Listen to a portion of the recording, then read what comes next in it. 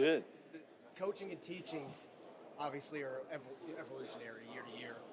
What was this season like for you, being away from the game, and how did you approach preparing for this next opportunity? Yeah, this was a really unique season for me, obviously, and it wound up being full of grandkids and games, and I saw more football games this year than you can imagine. All the high school games, JV, varsity, the UW games, and then of course everybody that's playing all over the league, watching all those games. So it was really a fun off season in a sense that kind of just extended, but it was really rewarding too. Because you have an opportunity to look with a whole different vantage point. And in that, I saw things differently than I've seen them in a long time. So I'm hoping to take advantage of that. So I'm really excited about getting going again. Coach, what's this month been like? It's been about a month since you've been on the job of looking at your team and kind of finding out about the Raiders through your film work and everything. It's a really frantic pace, to get everything going. Really hiring the staff is of great demand. Getting to know Johnny and getting things going with him, and all of the stuff for the organization. It's just been a blur, really, and so. It's been fun as can be, getting excited about putting the team together and getting to know players. A bunch of players are in the building, so all of that just has been an ongoing process. This really kind of slows down getting here, to tell you the truth. So it's been really fun, though. How much of Chip Kelly's offense were you able to watch at Ohio State, and what really intrigued you to bring him in as your OC? Amazing offense. 2,000-yard rushers, 2,000-yard receivers, a national championship and the whole thing. It was an incredible,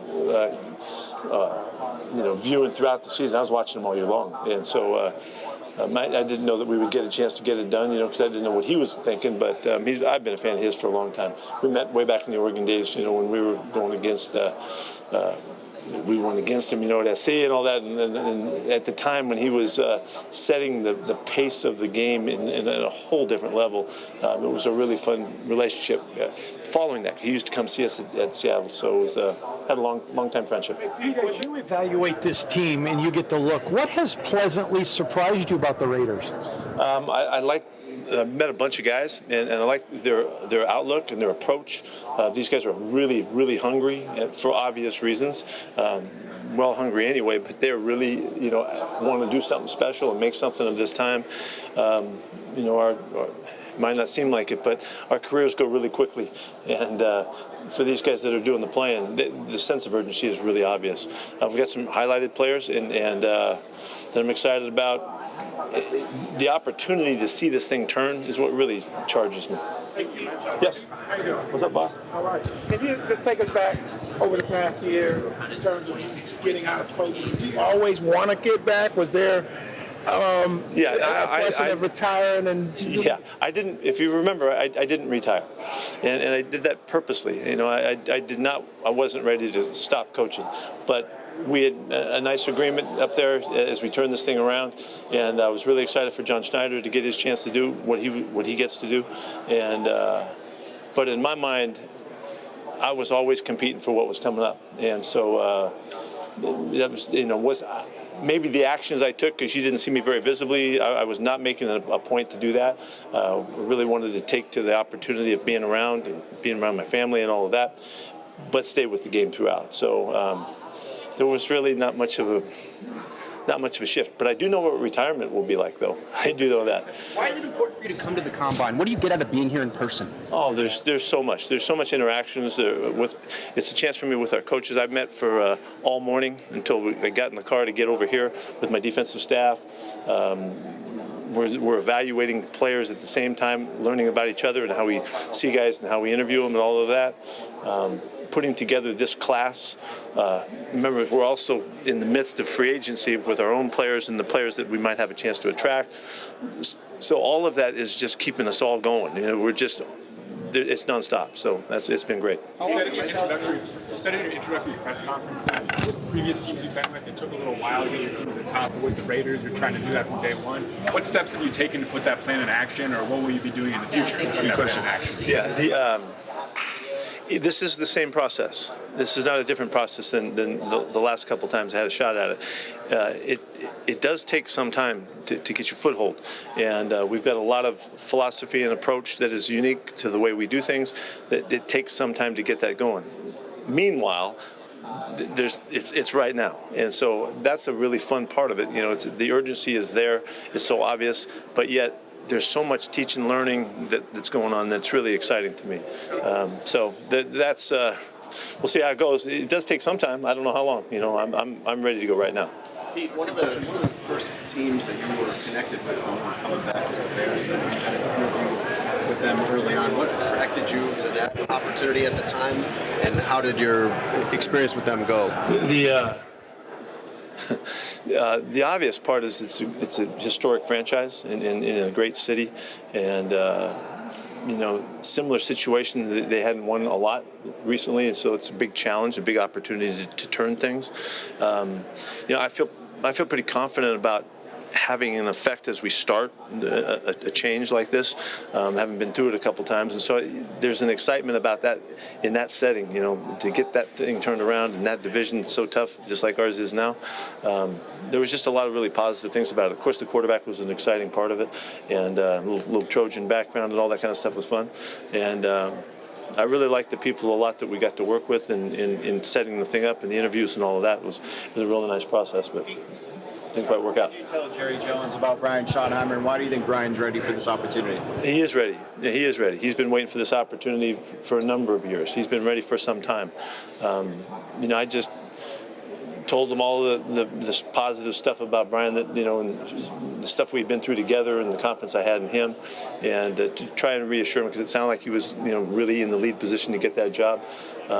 I was trying to help Jerry feel good about it too, because he was trying to get ready for it. So I was glad that I had a chance to help him.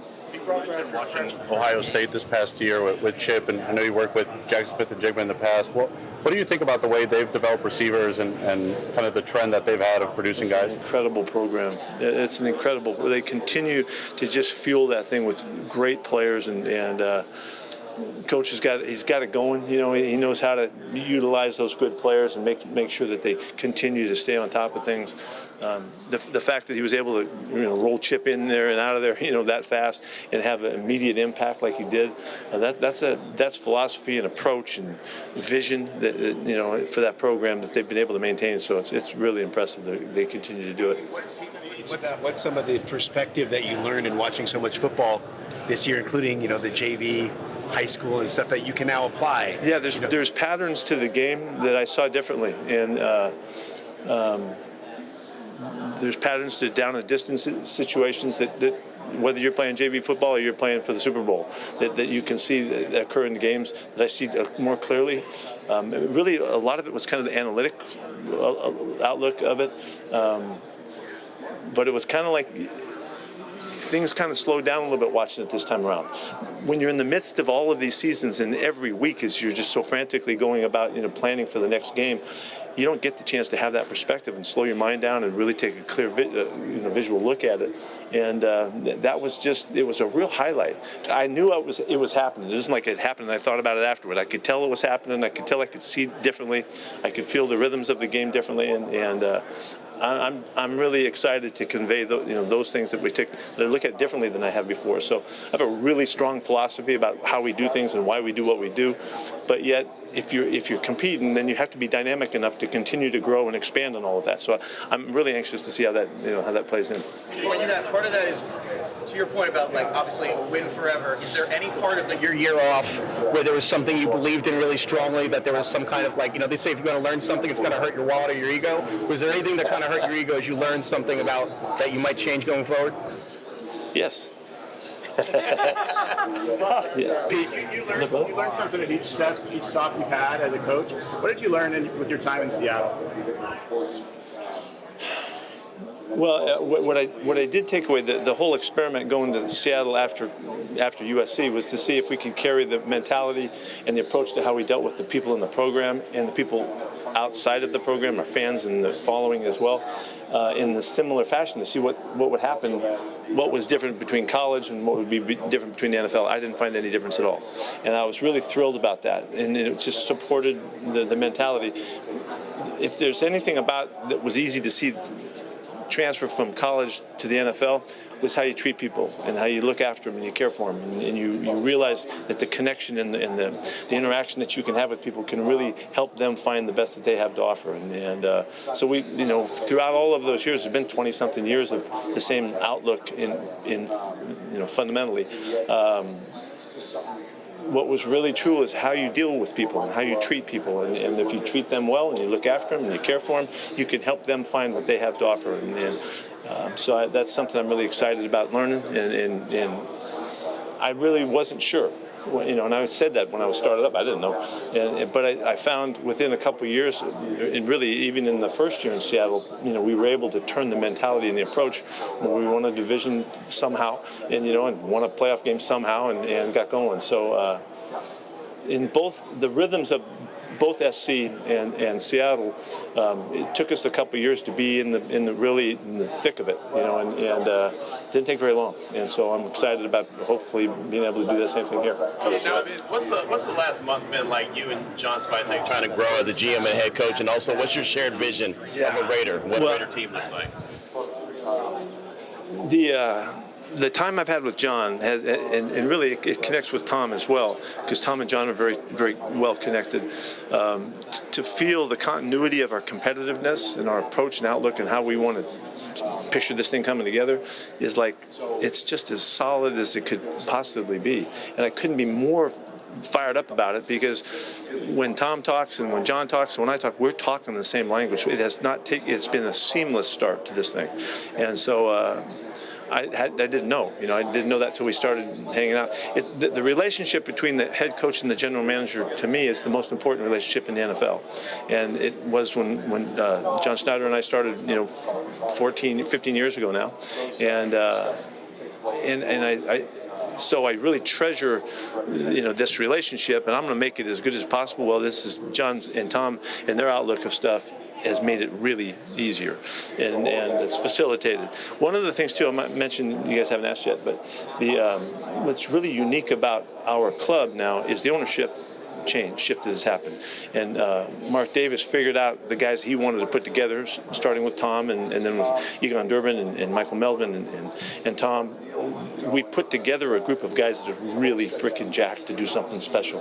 And it's so heartwarming to me that we're on the same page and we're going for it. And so, you'll see in the efforts that we're making to put this team together that we're not holding back. There's no timeline that we're going to try to do something good somewhere down the road so that we can feel okay about ourselves. We're going for it. And it's exactly the way I wanted to do it, and hoped that I would have partners in doing so. And these guys are really big time. And so, hopefully you'll see it'll be obvious. But right now, there's a great feeling about where we're trying to go and the togetherness that we're feeling about that. How involved is Tom? And is it every couple weeks you check in, or is it like an everyday thing? Like, how involved is Tom in the process? He's available every day. He's available every day, yet he's got a whole other world he's working on. So he consults with us, and he's really tuned in to what's happening, and Johnny keeps track of him every step of the way. And then I feel free and comfortable to call him or text him at any time, and we're responding regularly. So it's been great. It's hard to imagine. It's hard for anybody to imagine the mentality that Tom lives with on a daily basis. He is as competitive as anybody I've ever been around. And obviously he's as competitive as anybody that's ever played any game. And he's really clear in his vision that he has for how he would hope to see this go and how he would like to influence it wherever he can. There is no mistaking it at all. And so I'm proud to represent the way he sees it and the way he thinks, and look forward to making him feel real proud of what we're all about. So Ryan was somebody that had some opportunities elsewhere. What went behind that decision to make sure that he stayed in Las Vegas? In putting the staff together, I really wanted to see if I could bring some people that had been with me that I could have background with, that could help me share the ideas and the concepts of what we were going to present. I wanted to get guys that had never been with me before, so they had to learn it with us for a couple of reasons. One, I wanted the guys that had been with me to have to teach those guys and to share with them. And then I also wanted, the third element of it was to get some guys that had been in the program so that they could give us an advantage, a leg up on the continuity that's necessary. Knowing the players, knowing the system, knowing the division, all of that. So there was really three elements of putting it together, and Patrick and Robbie Leonard were right at the top of the list to get that done, and it's working out quite well. What's the roster decision? Have you and John talked about this finals there? It's going to be a collaborative process, but when it comes to something like veto power, have you decided which of the two of you does kind of wrestle? Yeah, we're going to be collaborative. We're going to do this thing together. It hasn't been any different in the last 20 years that I've been doing this. I'm using everybody that's around me. They're using me in every way that we possibly can, and we're going to work out our decisions, and that's to draw the best that we have to offer. And that means sometimes you got to discuss hard and long to get to the point, but you got to know when to and when not to. And so I'm going to, John being in his first time doing this job in particular, he doesn't come across like he's never done this before. He comes across like he's been around, he gets it, he has a mentality, he has an approach, an idea of what he's all about.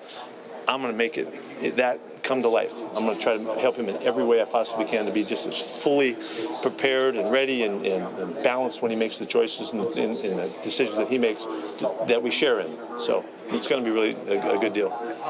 You're known for prolific offenses, but a lot of people don't know the commitment you have to running the football. Would you talk about how important that is?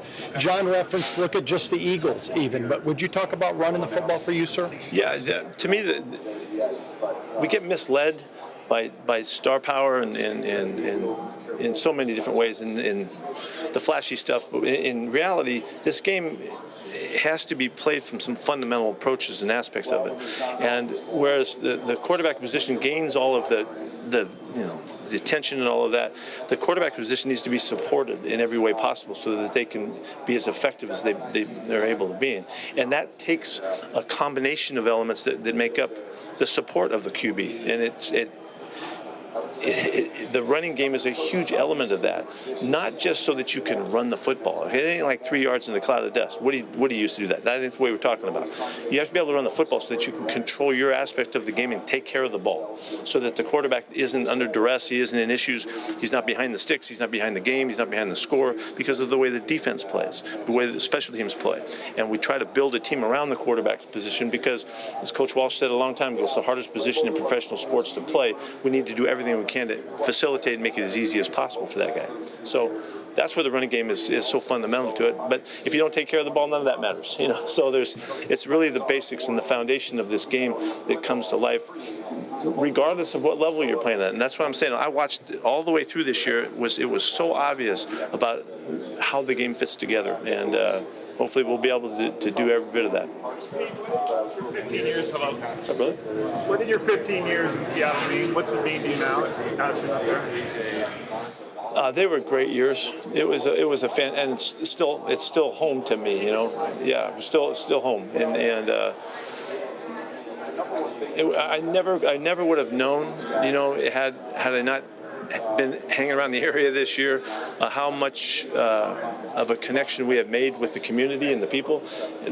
The fans and the people that I meet running through the airports and in the streets wherever we're going have been so gracious, and it's been such an obvious had an obvious effect on me of how we did relate through the time we were together, and I'm really grateful for that. I didn't have the idea that there was that much of an exchange. Like I said, even in coming here to the Raiders, my job isn't just the team. To me, it extends beyond that, and it extends to our fans, and it extends to the people that support us and fill our stadium up and make it hard to play in because we're filling every seat and all of that. They're helping us win, so we're all in this thing together.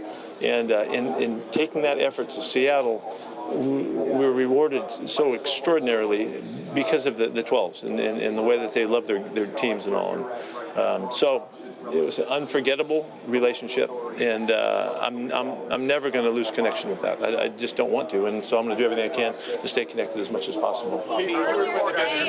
When you put in your coaching staff, you brought a lot of guys from the college level and brought them up to your staff. How beneficial do you think that will be in terms of evaluating draft potential and also just bringing the most out of your roster? No, it's a really good point that you're observing there.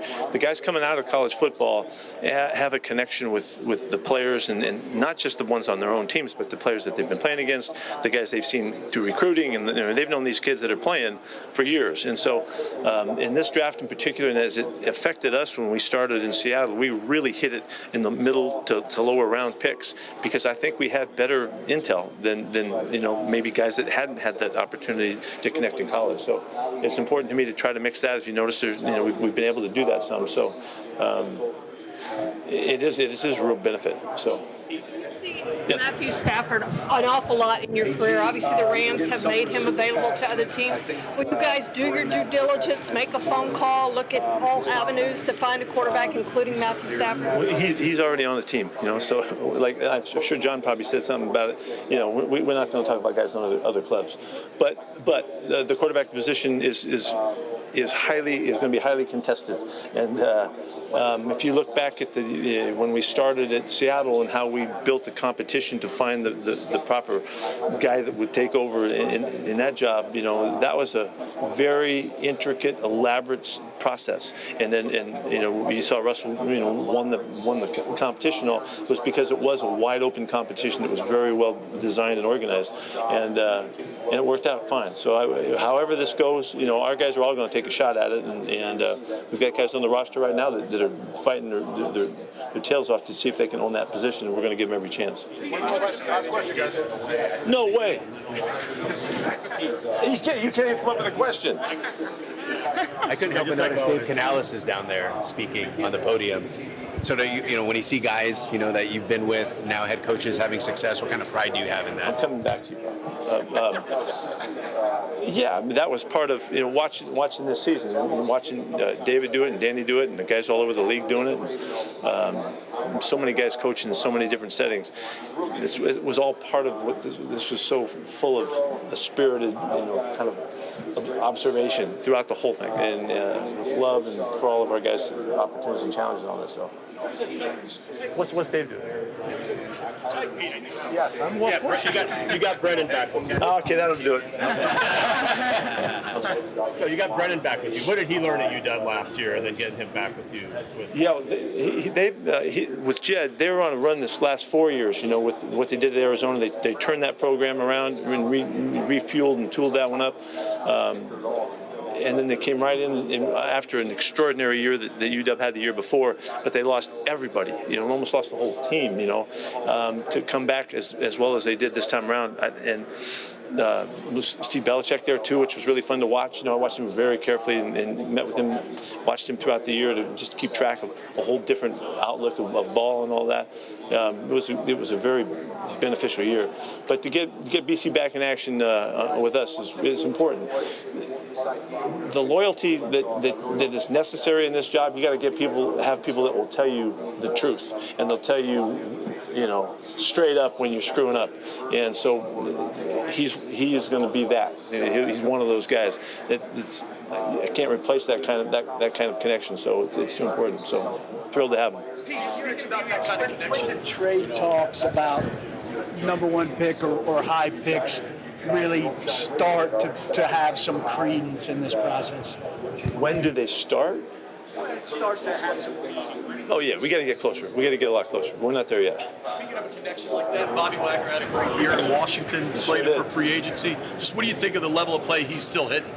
I thought it was a remarkable season that he had in many ways. I know he was a great asset to Danny, putting together the system and the approach and the principles and stuff. We all kind of grew up in the same ways, and so the message and the voice that Bobby had on that club, and particularly with the quarterback, the relationship that he established was irreplaceable for them. And so I know he's a free agent.